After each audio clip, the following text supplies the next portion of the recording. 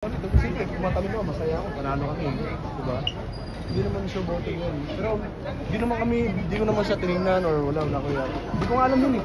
Hindi ko alam yun. Kasi ang alam ko si Christos yung kakabay niya eh. Hindi ako eh. So ako wala talaga ako ng brand.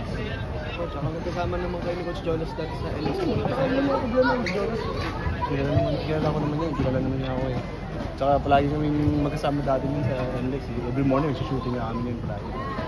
Kaya nagulat ako nung sinabi mo sa akin na ako yung kawin. Wala, di ko talaga ako alam, promise. Wala talaga ako alam. Jericho, this series, grabe yung emotions, intensity ng ano, would you say na mas ginaganahan ka, mas lumalabas yung laro mo pagka ganito ka lakas yung at stake?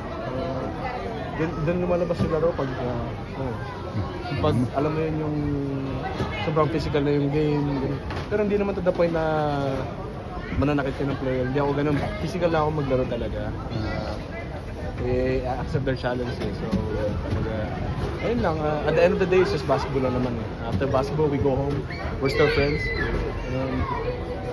Bukas, basketball ulit.